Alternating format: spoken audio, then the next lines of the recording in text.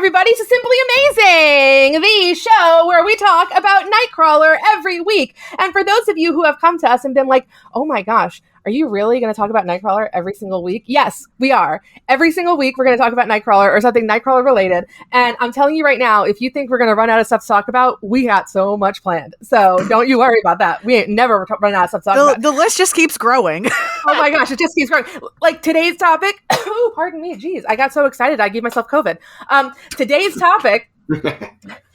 topic, for example, I just came up with yesterday. So there you go. We're just adding stuff every single day. Well, I'm going to go ahead and introduce myself. My name is Lisa, aka the OG Nocturne. We have an unbelievable guest, a friend of the pod who's been here before. Before we introduce him, I'm going to throw it over to my wonderful, fabulous, and simply amazing co-host. What's up, guys? I'm your friendly neighborhood by Lauren, and I just want you all to know that Lisa always compliments on how great I look, but today Lisa is the one shining. She's got this amazing shirt she got from her cruise times. Like, she's living the dream. So I'm leaning in. I've bought 3 caftans since I've gotten home, and I'm just leaning into cruise life. I'm just going to be a full-time cruiser all the time. I'm going to become a golden girl early. That's what I've said. So. As you should be. It's being a golden girl is not just about being a golden girl. It's about having a golden way of life. There you go. Exactly. I'm not a golden girl. I'm a golden woman. Thank you very much. So there you go. But Lauren, tell us about who we got. Yes. Actually, Lisa was the one, again, that thought of this topic and thought to bring our wonderful guest on. But he is one of my personal good friends. We wanted to talk about a very specific image that came out recently for X-Men promo art for a book called Immortal X-Men. And we thought, who better to help us really break down this image and what it could mean and why these people are here and all that than Mason from Comics and Crosses to give us that good religion, Christian perspective that we all need. How are you, Mason? What is up, true believers? Yep, I am good. I am here and ready to talk about some of the eternal truths behind our modern mythology. Awesome. Yes! Oh, yes. We are so excited to have you here. So the image that we're talking about, of course, is the Marks Brook image that came out. It came out a couple weeks ago. By the time you listen to it, it might be a couple months ago at this point. But it's the teaser image for Immortal X-Men that now for those of you who have been listening for a while, or you follow me on Twitter, or you just hear me screaming from my house, you know that I'm an art dealer by trade. And so when I first saw this image, it immediately struck me. This is a redux of Leonardo da Vinci's Last Supper. Very clearly, you can see how all of the characters are relating to each other in this way. The only person missing is the Jesus figure in the center, which we'll talk about in a second. And the thing about that is you don't choose to reference something as important as a piece of art like that. Now, that piece of artwork has been around since the 1400s. It has been reserved and preserved through the centuries. It is one of the most important pieces of artwork, arguably in history. And it's one of the most recognizable as well. I mean, if you don't even know anything about art history, you will see and know what the Last Supper is. And you wouldn't use that as a reference if you didn't intend to give meaning to the reason why you chose each character to represent each of the apostles in here. And so that's what I find really fascinating. And that's why I thought it would be great to have Mason come on here. And whereas I'm like dying because of all the art history references, I want to know more about the religious aspects in here and maybe why did he choose maybe that, this character should be this apostle, and why is there no Jesus figure? However, we have Magneto's helmet there and the Phoenix on the chair. So I am absolutely spellbound by this. I think it's absolutely rife with symbolism, and yeah, I can't wait to dive into it. So if we start breaking down the image, because I am very not well versed in any of this, like the religious side of it, even the art history, I am very noob here. But I know how significant this image is. So who are the apostles in this image, Mason? If you can tell us, who are the apostles supposed to be and what characters are in their place? Well, you know what? So there are... The way that I look at it, and from what I've understood of it, is there's kind of a couple main significant characters in, obviously they're all significant in the image of the original Last Supper and as far as who they are, but because of what is happening and when it's happening, I'd say the most important people to me have always been obviously Jesus. He is the centerpiece. He's talking to them. He's conveying a message to his closest disciples. But then there's also in the Last Supper, there is at this time there's John Mark, who was the youngest of the apostles and who described himself as the apostle whom Jesus loved. Or wait, actually, there might have been John and John Mark might have been different, but the disciple who was actually resting his head on Jesus' chest at the time during this dinner, and is actually looked kind of down upon, or kind of it annoys some of the other apostles, perhaps. And so I'm kind of, one thing that I noticed when I saw this was I was disappointed that aspect of the story wasn't kind of like in this particular image. Mm-hmm. Because Jesus is missing. In his place, there is Magneto's helmet, seeming like his place is supposed to be there, and then the phoenix symbol on the chair, so which speaks of resurrection. So that's kind of interesting, because the phoenix is another symbol of resurrection, along with maybe the cross, or just Jesus in general.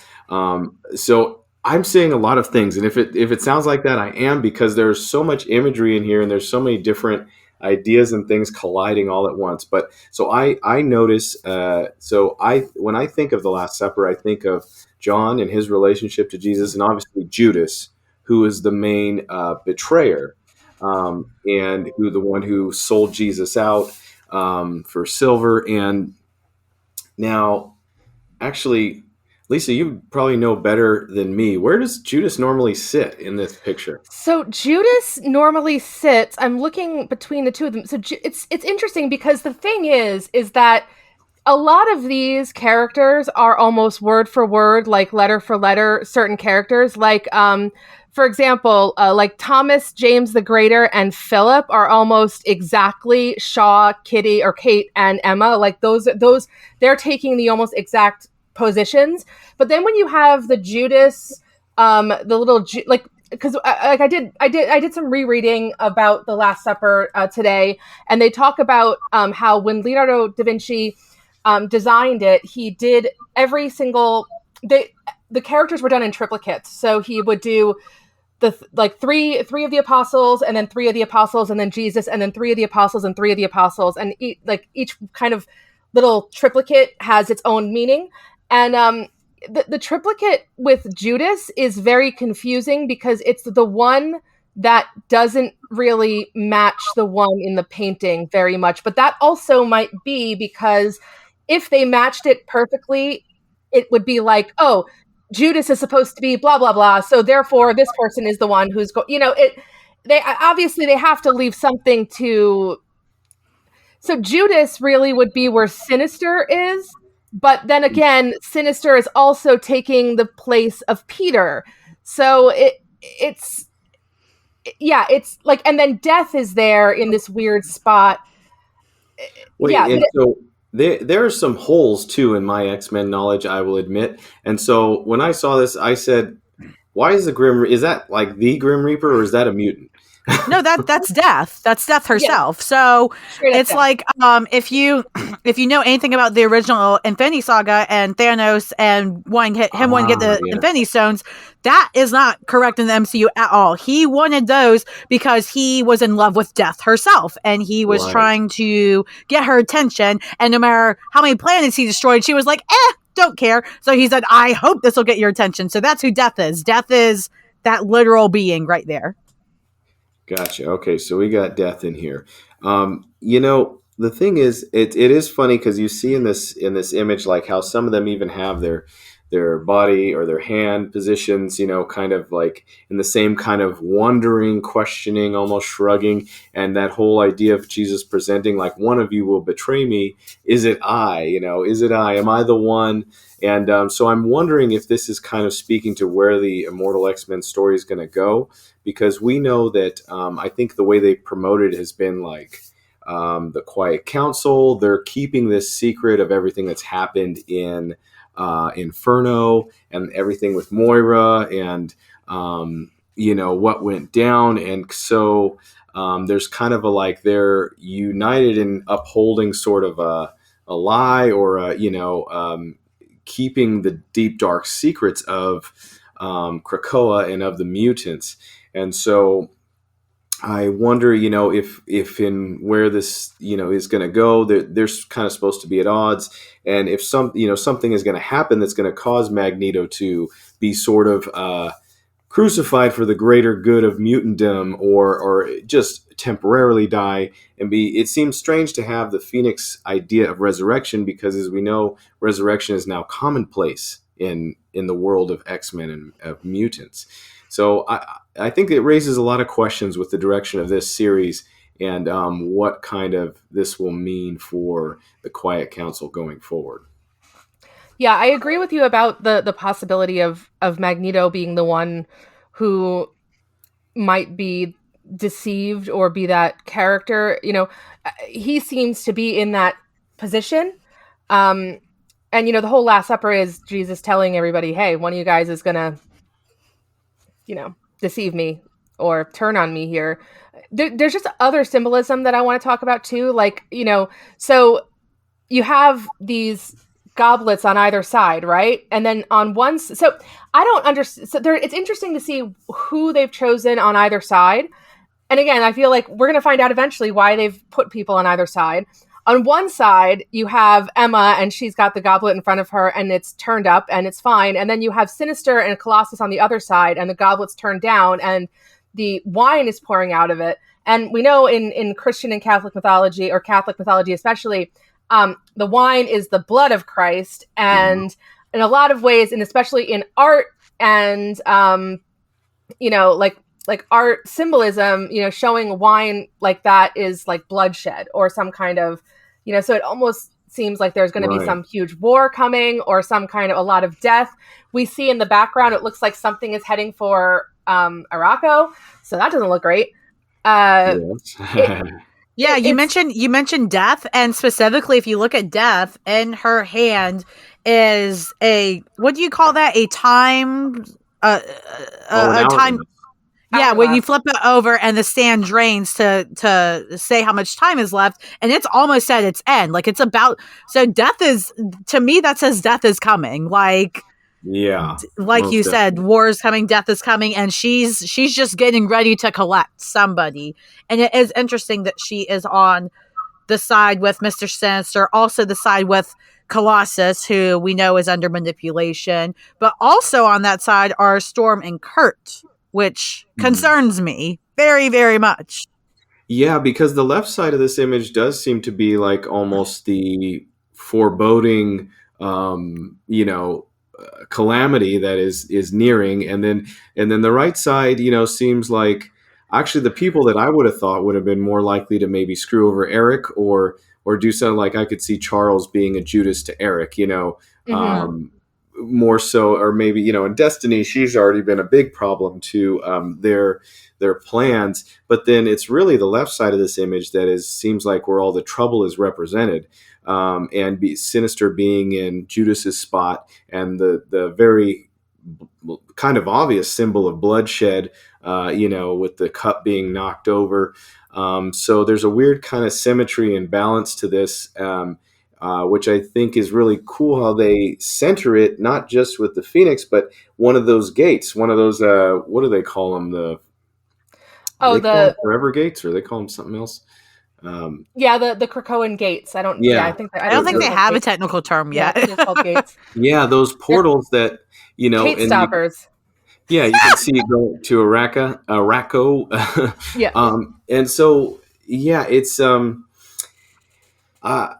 all of it's very interesting, and I feel like all I'm doing is stating questions, but it's true. This raises a lot of questions, and then I think the whole foundation of this time of the X-Men has been, I would say, if I were to summarize in a nutshell, the X-Men's theme in the Krakoan era is playing God. Oh, and yes. things, them kind of soaring to the highest of heights, even, making planets inhabitable, and, playing with resurrecting and recreating life. And I think it's kind of striking, that there is no Jesus in this image, or that he's missing, or that maybe Magneto will represent him. But it's kind of throughout this whole thing, I think it's a big story. I see it as a big cautionary tale, in that trying to play God without God is a very dangerous and inevitably damning thing. That is, oh my gosh. Okay, I got chills because just the way you said that, like that the Jesus is missing of it all, right? Because the thing about the Last Supper that makes it a powerful image is that all these men are standing around, or sitting around they're essentially sitting around their savior, and they know going into whatever they're going into next, this is their savior they're putting all their faith in. But there's no one there. There's no savior. Yeah. There's no one. And I feel like the symbolism is almost like Magneto should have been the one, but he's gone. And that's what I'm feeling like. I mean, again, that is, I'm also, I don't know, I'm also reading into the stuff on the table, because just going back to my very limited, and Mason, you can help me out with it, because I went to Catholic school very very briefly, like religion, every Sunday until I got confirmed, and then I was done with it. But they have a very decadent spread on their table. They've got like lobster tails, and we know that in like Leviticus, lobster is like one of the things you're not supposed to eat. And they've got those things like that, the little creepy crawlies on the floor. And it just seems like when you look at what they're eating in the actual Last Supper image, it's literally just bread. Just lots and lots of bread all over the place. Bread. But then here it's much more decadent, and it almost seems like they're getting their comeuppance for like resting on their laurels. And it's almost like you can have everything you want, but you're going too far almost. Or I mean, that completely supports what Mason said with the whole they're playing God, they're not even gods, and they have no God. They're trying to live this luxurious life. And I do think, like you said earlier, it's going to pitch to the book of Immoral X-Men, where they're all fighting. Everybody thinks they're God. Everybody thinks they know the right way to handle this. Everybody thinks they know what to do with all these secrets. And I think everybody's gonna backstab each other, honestly. And the one person who could have held it together, or at least could have attempted to, has now left, because we know Magneto leaves the Quiet Council. They've told us that. But he's still in the middle. His helmet is in the middle on the table. They could have put it on the floor. They could have put somewhere else on the table in the background. They put it right smack in the middle of the table. And I still think that even though he's gone right now, I think this is foreshadowing his importance later on, when Krakoa does eventually start to burn. Like when we get the actual Inferno that Hickman intended to do before they decided, let's keep doing Krakoa, Yeah, feasts are an interesting thing. The idea of feasts appears a lot in the Bible, and in different ways. There's you probably heard about Jesus performing his first miracle at a wedding feast, turning water into wine. But actually, a lot of times in Old Testament, or even the New Testament, they reference that you got to consider in old biblical times, ancient times, a feast was a big deal, because people weren't just rich like they are today. And so feasts were often associated with pagan practices, where you hear about people sitting down to feast, basically rising up to play, and then lying down. So basically, feasting, getting drunk, partying, and having big orgies. And so there was, from the Old Testament, New Testament perspective, was do not engage in these pagan worships. Like these things are not good. But then also on the other side of that, though, when Jesus came, they came from a paradigm of abstain from this. Like you said, don't eat lobster, don't eat shellfish, don't eat these things that are unkosher. To there was actually a big shift to say, no, it is no longer, now you can feast, now you can have these things, because it's a new covenant. Now it's not about your practice of abstaining, but rather you being welcomed into heaven because of Jesus welcoming you in. And in fact, another really interesting story that's kind of personal to me was my great grandfather, right, on my mother's side, was a rooster to the end. He was a proud, hot-headed Mexican man who went out and he would smack my great grandmother around, go out and drink and party and do whatever he wanted. And in his dying days, however, he shortly before he passed, he had a dream, and my great grandmother would pray for him, throughout his life, that he would, come to a place of repentance or a place of humility and changing his um, uh, less palatable ways. And so, in his dying days, he had a dream where he found himself sitting at a great feast in heaven. And he looked around and said, I don't belong here. Like, I am not. But in his dream, God or an angel, somebody had told him, I've made a place for you here. And that is a pretty good summary of what the Christian message is a great feast. Heaven is like a great party that you have not paid the ticket of entry for, but a place has been made for you regardless. So feasting and can have great heavenly imagery, or it can have a sort of anti-heavenly imagery where it's either the great immortal spoils of the unseen kingdom of God, or it's the perishable, immediately satisfying spoils of life that is bound to this earth. That is fascinating.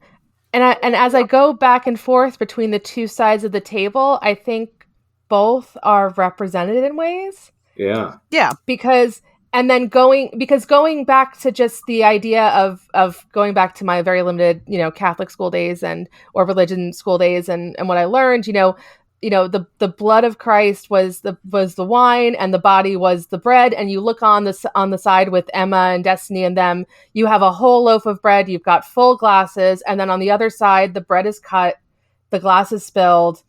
It's not going to be good. Whatever's happening, it's not going. What's coming is not going to be good, guys. Yeah. Something that was kind of hitting me when I would be reading through X-Men and seeing those kind of parts that were illustrated out with these almost, they seem like files, or very mathematical, and kind of the stuff that isn't comic, but it's just kind of the inserts in the X-Men comics during the Krakoa time.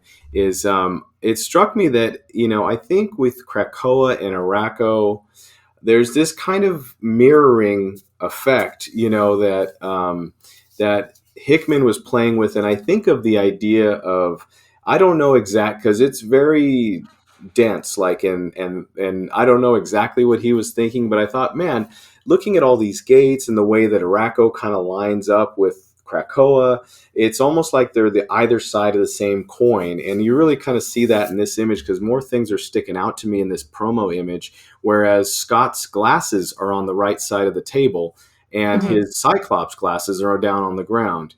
The Phoenix symbol is up on the chair, but Jean's regular kind of mask is down on the ground. There is cooked lobster on the table, but there's a live lobster, I think, or somebody's awful. Some kind of like centipede thing, yeah. Yeah, weird thing. Down on the ground, and so you're seeing, a lot of these reflections, and then Arakko / Mars is there in the background too. So I think maybe we might learn more about how these two worlds kind of mirror each other. I think it's like a picture of heaven and earth, a picture of the temporal and the spiritual, and Krakoa and Arakko.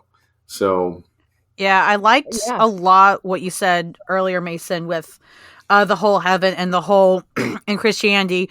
Even if you haven't necessarily earned your ticket or your spot, there's still a spot for you. That's the idea, is that is still there for you. And I think, funny enough, that describes everybody here. Everybody thinks there's a spot for them in heaven, but what if they realize it's not there? There is not a spot for them unless they actually do better, or they're not guaranteed it just by being on this quiet council. All these people seem to think they're above all these other mutants, and especially above humankind, obviously. But I think, or what I'm hoping we're going to see, is everybody's kind of tested. Everybody's kind of having to realize, like you said, that they are not gods. That guess what? Like, yeah, you can reincarnate now, but what happens if you lose that? And what if, again, the Phoenix does come back and they somehow lose reincarnation and the Phoenix is the only one that can reincarnate again? That would be incredibly fascinating, because I didn't even notice what you said until you pointed out, Mason, earlier, with the whole Scott's glasses on the table, but his visor on the bottom. Same with the Phoenix and Jean. I think that's incredibly fascinating and could be foreshadowing stuff like that, where Scott maybe takes more of a leadership role and stops being in the field as much. And maybe we do get the Phoenix back with the X-Men. I don't know, but that's really exciting. Yeah. Yeah, at first I thought it was kind of like I noticed his, Cyclops glasses down on the floor and Jean's, and I thought, oh, maybe those represent council members who aren't on the council anymore, like they didn't make it, or they weren't, I don't know, worthy, or didn't, moved on and they couldn't handle what this council is handling, or something like that. But yeah, I think in around the time that Jesus appeared, Judaism was going through a sort of, I don't know if you'd call it I almost want to say like a Renaissance or a Reformation, to going back to kind of more of their stricter historical religious practices, because they were, being occupied by Rome, and they were actually losing a lot of people to different kind of philosophies and ways of life, really. And so there was a big call to Jewish people to be traditionally strictly Jewish, and the situation was they had a very strict law, which with a lot of cultural practices spelled out in the Torah, and so the whole message of Jesus when he came, was not actually a worship me or follow me, but was he was proclaiming the good news of the kingdom of God, that it had arrived. And so there's a big, so I mentioned this to bring up the idea of the X-Men they saw a lot of their numbers dwindle. They lost a lot of mutants. As a people, they have come actually unified and got together around what makes them mutants in order to preserve their way of life and their identity and who they are. And it's caused a lot of rigid, strict kind of cultural guidelines. Even though there's the spark and there's the kind of 3 laws, there really is a lot that they have to do to maintain their new way of life. I mean, so that resurrection is always possible. And so they're doing all of this to try to achieve eternal life and preservation of who they are. But they may end up losing it, because just like with the Jewish people trying to adhere to their cultural laws, the actual message of heaven that came was, it's not the things that you do that are going to make you pure. It is what is in your heart. And so I think a lot of times it's like they say the road to hell is paved with good intentions. A lot of times where you see groups, really doing everything they can to get it just right, it usually leads to major blow up, destruction, and ultimately a fall from grace. Mm-hmm. Yeah, I think we see that coming in the not too distant future, for sure.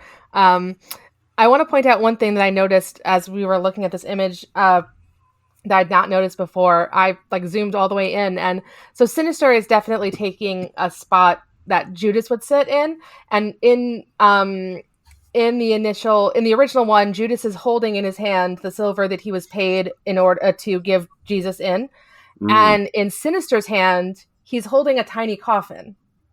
Huh.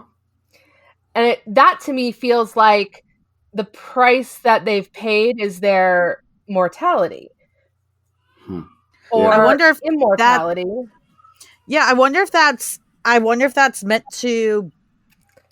I feel like that is a misdirection in terms of, I feel like because he's saying next to death, he's got a coffin in the hand, the blood's near him, people are going to think, oh, he's going to die. but I wonder if he is going to be the cause specifically of someone's death or the death of something specific. Well, what I think it might mean is I think basically that I think what this might all come down to is that the X-Men have made this plan with Sinister, and thinking, oh, he's changed, let him in, he's great. But like what they don't realize is like, they've opened themselves up to giving him more of their freaking genetic material. Now he's got all of their genetic material. What he's wanted this whole time, guys. Like, it's what he's been after the whole time.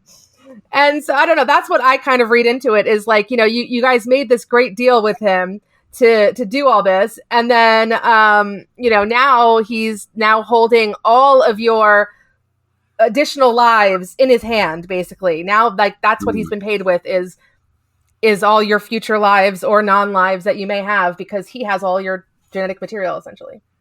Right, and it's kind of a house of cards now, isn't it, with the way the X-Men have it set up, that, I mean, if Sinister kind of pulls what he has, or if, one of the, what is it, the 5 or the 3 who make resurrection possible? The 5.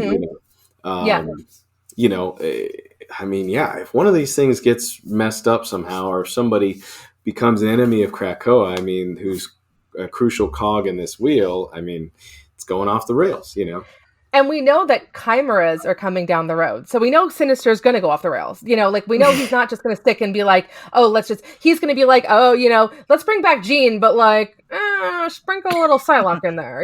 He's just, he's just going to start screwing around with things because he can. And we know it's coming. So I think that that's part of this where, he's clearly a betrayer. He's been a betrayer since the beginning. He's never not going to be a betrayer. Should have been listening to Nanny this whole time. But I mean, So that scene during the Hellfire Gala where Nanny chased him, that's still one of the best scenes I've ever seen, where he's just yelling "Judgment Day, mother effer!" Like, oh yeah, that shit's so funny. I mean, I gotta say with the placement in this image, it, again, troubles me intensely that not only is Colossus behind Sinister, which makes sense since he's under manipulation, but Storm and Kurt. And one thing that concerns me is that Storm and Kurt during this Krakoan era, the little characterizations they've got on their own time, they both seem to be, even though they are good still, they are both very lawful, meaning if, somebody said, hey, this is the law, we have to do it this way, even if I don't think it's the best moral decision, this is the law, we have to uphold it. I am concerned they are standing behind Sinister, because that concerns me that, Sinister's going to do something that is wrong or hurts people, but if it is against the law or upholds a law that they have made, then Storm and Kurt are going to say, we don't want to back this up, but unfortunately we feel obligated to. And I don't like it. I do not want that. Yeah, I don't know what's going to go happen with them exactly. And I'm wondering, what's Lockheed up to? I mean, he's just flying around. He could be the key to this whole thing. I wish he got a ride in with Sobinar, and he was like, I'm just going to hang out, and I'm just coming in. I'm just looking up a couple of because I don't necessarily think that they're positioned there because they're behind Sinister or they're with Sinister, so much as I think that they're positioned there because they're supposed to be represented by the actual apostles who are there. Because, like, for example, I'm looking for Andrew. I know I've read this earlier, and okay, maybe like, for example, I know that like Kurt, for example, is supposed to be Andrew, and Andrew's big thing was like the shock of like, oh my gosh, like, what do you mean someone is going to betray you? No one's betraying you. And like that whole like thing. And I could see Kurt being like, whoa, like, we've been working our asses off this whole time. Like, we've been doing everything right.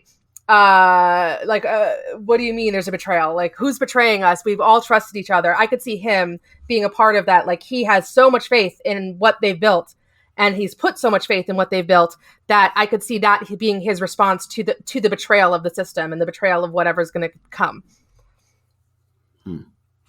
Yeah. I mean, I like that much better than what I'm worried about. So if that's it, I will happily take it. Judge Lisa, please issue your ruling. It should happen. Thanks. Done.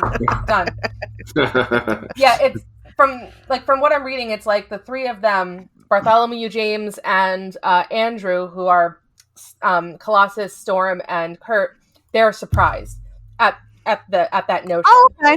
I like to be surprised. Yeah, especially with Storm getting, because she's basically leading the X-Men Red title, which is the other book I'm really excited about with this era. I'm really excited to see her leadership role grow more and get more of a spotlight, because I think especially if if your interpretation of the image ends up correct, that she's going to be a very welcome surprise key figure when shit hits the fan further. Yeah. From really, it's like the pockets right next to Jesus are the ones that seem to be the most important in the Last Supper. And you can, if I'm wrong, Mason, you can tell me. And so I would say that that's who you want to focus in on there. But then Destiny's all the way on the side, and we know Destiny's going to be important because it's called Destiny of X. So she's got to be important somewhere. And her and Charles are sitting right next to each other, looking buddy buddy. Like, what's up with that? I no, no. But also, maybe yes, because then that just proves that Charles really is a villain. So if that's the revelation that occurs, I'm fine. Oh. So this is interesting. This is really interesting. So I'm looking again at the breakdown. So this makes a lot of sense. So Simon the Zealot is who Destiny is supposed to be. And Mystique and Charles are supposed to be Matthew and Jude Thaddeus. Okay, if I'm wrong, again, correct me.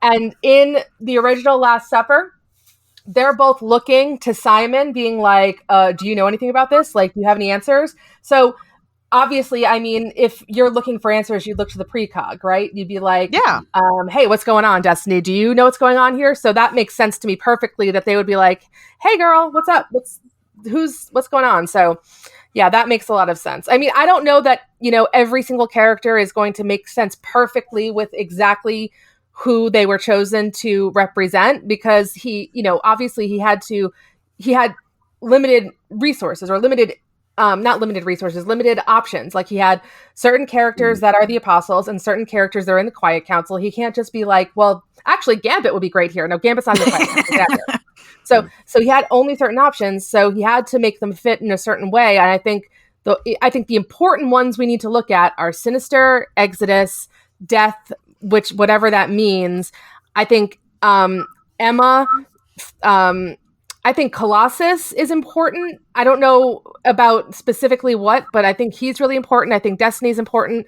Shaw maybe, but I think those are the ones that are really who are like were chosen very, very directly for that reason. But I don't know. Well, and is it? I mean, so I'll get into spoilers for Inferno. Hopefully, you've read it by now. Oh my gosh, it came out like 100 years ago. Come on, guys. Last month? Come on, give me a break. Some people, I see them posting on a Sunday, like catching up on my reading, and they're reading stuff that's a couple months old, whatever. So however you feel, but look, if you haven't at this point, that's on you. So, at the end of Inferno, though, we saw there was that scene where, Eric and Charles were facing, Nimrod, the Sentinel, and and Eric gets, I think, killed in that, and so there. I was wondering then, seeing this, like, is there something about what he was finding out, and not being able to get back to the others, is there's something with, I don't know, with that. Losing, because they lose sometimes information in between resurrections if things aren't done just right, or if they're out of range, or and so what significance is there going to be to Eric maybe getting resurrected or not, and when, and and then, like, what do the other council members part do they play in that? Is that, because Charles, if anybody, is always making decisions that he thinks are for the better good, that maybe that are kind of morally iffy questions. So there could be something going down that's going to directly affect Eric that may not be his choosing. Yeah, that also brings up another interesting question where. So in Onslaught Revelations, they talked about how those little bits of missing thing, like those little bits of missing, like Onslaught was feeding on them, which made it seem like they were something like at least psychically tangible. So then if Onslaught's no longer feeding on them, then what happens to them? Where are they? Do they still exist somewhere in like the, I don't know, like the white hot room, or like, I don't know, psychic somewhere? Like, can someone access them somewhere? Because if he could feed on them, then they're that answers that brings up that whole thing. Yeah, that's a good question. I think if you guys haven't read the Sabretooth series or weren't planning on it, you should if that question intrigues you, because I think that could potentially answer that question. The first issue hasn't answered that yet.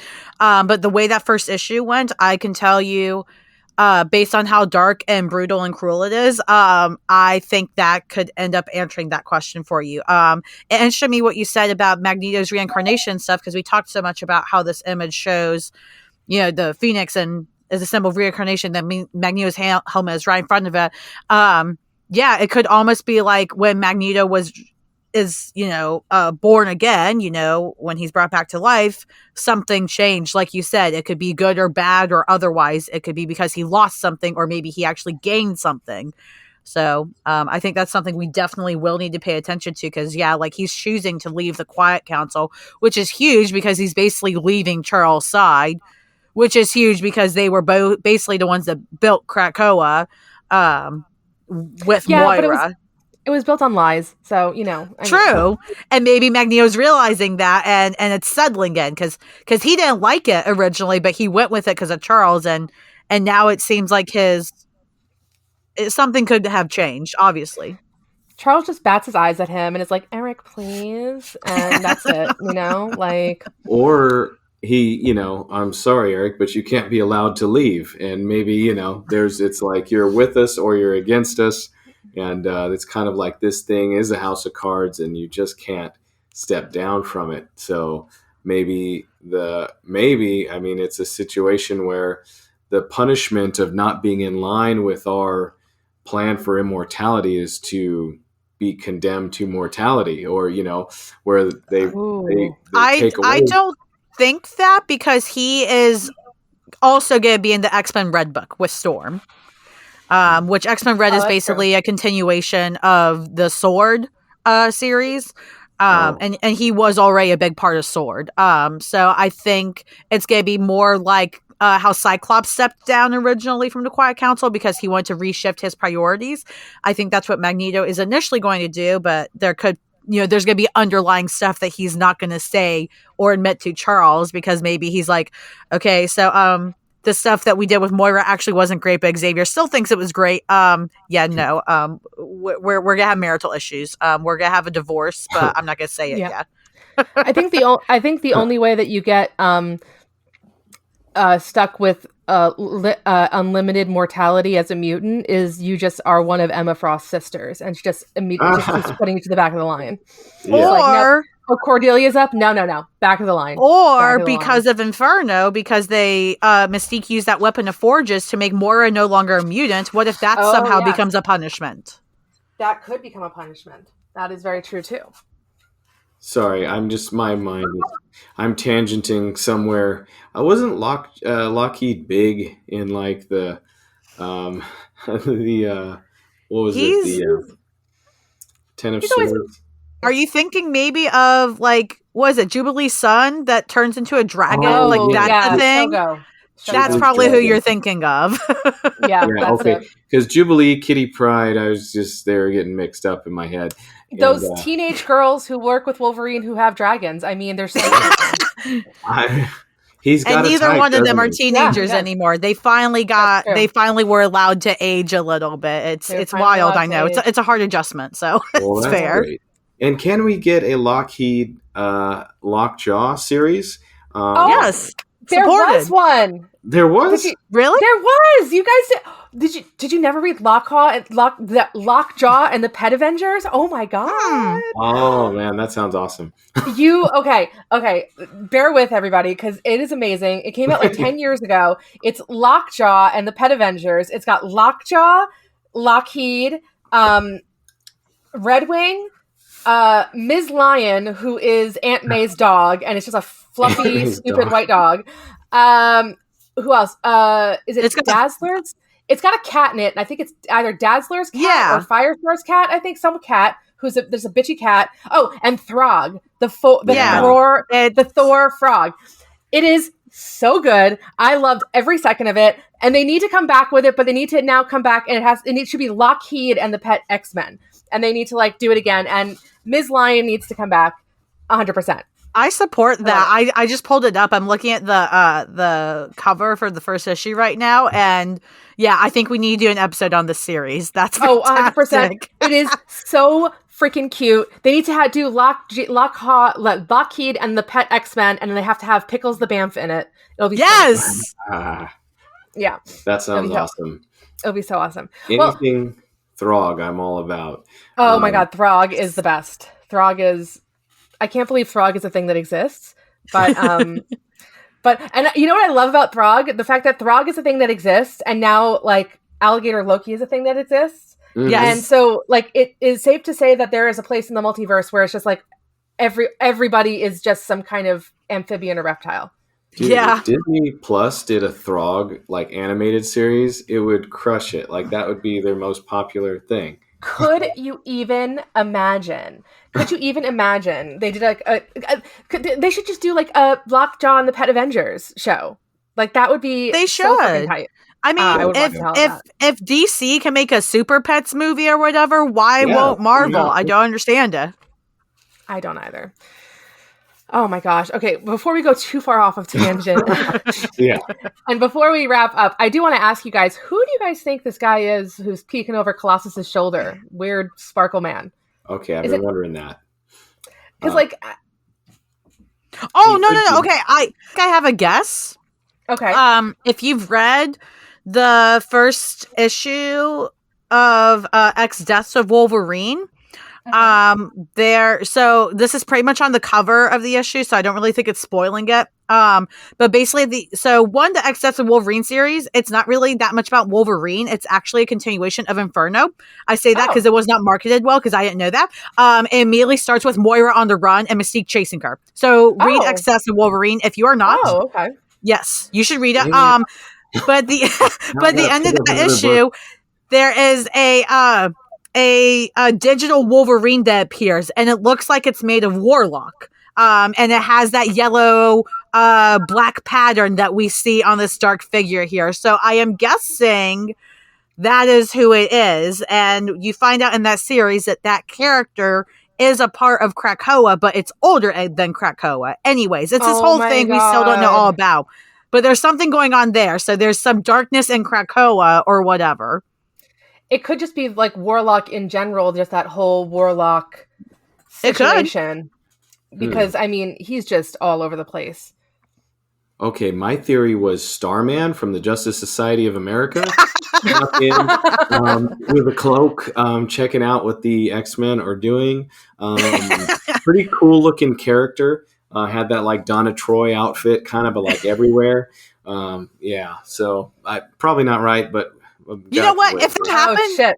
I'd be okay with it, because that means DC and Marvel are gonna like crossover comics again, and that's really all I want right now. So like, here for Yeah. it. I was gonna say Mr. Sparkle from The Simpsons because it's sparkly. And it's he makes your just as clean. So that's all I got. I got nothing else. Well, I mean, they're I really gonna have no need idea. that after that feast. I mean, you saw those dishes and stuff. Like, my lord. Let me tell you, I just hope there's a mutant who can get stains out of whites without also taking out the green, because or otherwise that whole thing is destroyed. Yeah, so 3 wildly different guesses. We will have to wait and see. Although now I have to go out and get the X Deaths of Wolverine. Yeah, Yeah. the deaths one, not the lives. The lives one I read and I didn't care about, and I'm still not sure how it's going to connect to X Deaths, but I don't really care. X Deaths is really good. Nice. Yeah. I will say that I did enjoy that they included the little cliff that Mystique threw Nightcrawler off of in the background. So that was a good include there. What? Oh, wait, I had one more thing. I had actually, not that yours are not, but I had a legitimate guess about who that cloak character was. So wasn't there, I'm trying to think back, because I believe that like in Way of X, and or maybe in the X-Men series when Lost was like wandering around. Wasn't there some kind of like dark entity that was like in Krakoa that they didn't know it was there? Like this mysterious figure. Am I imagining this? But I thought I saw. The Patchwork Man, that was like Onslaught. Oh, that was Onslaught. Okay, Yeah. yeah. The only other thing I can think of is like Somnus, because his costume kind of looks like that, but that doesn't make sense. Nah, he's not a dark character. I'm telling you, come back to me after you read Excess of Wolverine. I guarantee you. Okay. The Warlock connection makes sense to me because that sparkly Warlocky thing, and now that we know that he's like basically everywhere on Krakoa, that makes sense to me. I like that. And then it ties into Legacy and all that stuff with the Exiles, which I love. So I love that. Or it's a DC crossover with Starman from the America. Or the Simpsons that Disney owns. So who knows? It could be anything. Donna Troy, like Moody. It could be. Yeah. So the other thing that I find a little bit distressing is that Exodus has a halo and he looks like he's about to sit down. So let's be a little worried about that. That's concerning. But, yeah. Don't need a zealot taking over. We do not. No. I think we already have enough zealots ruling, like Xavier, for example. Thank you. Yeah, exactly. Well, this has been enlightening. Thank you, Mason, so much for joining us. This has been really awesome. I loved breaking this down and like going through everything. And I feel like I came to conclusions I did not expect to come to. And you definitely made me think of things I wouldn't have. So that was amazing. Thank you so much. Yeah, thanks for having me. I did love being on with you ladies. It's always a fun conversation. And the people won't get to see, I guess, but you have this marvelous outfit, cloak, shirt. I don't know. What yes. I'll have to. You got to post it on Instagram or something. Instagram it up, girl. No, well, we've started doing lives, so you guys are gonna have to tune in for the next live, and I'll have to dress it up for that. So. That's true. And Mason, you plug yourself away. I know you actually started your own lives. You do a live show now 3 times a week. Tell us about that and all your plugs. Yes, yeah, definitely. So you can go to comicsandcrosses.com to get my link tree to follow me on YouTube, on Twitter, or on Instagram. Search for Comics and Crosses. And so, yeah, the new thing I've been doing since the start of this new year is the Comics and Crosses morning show.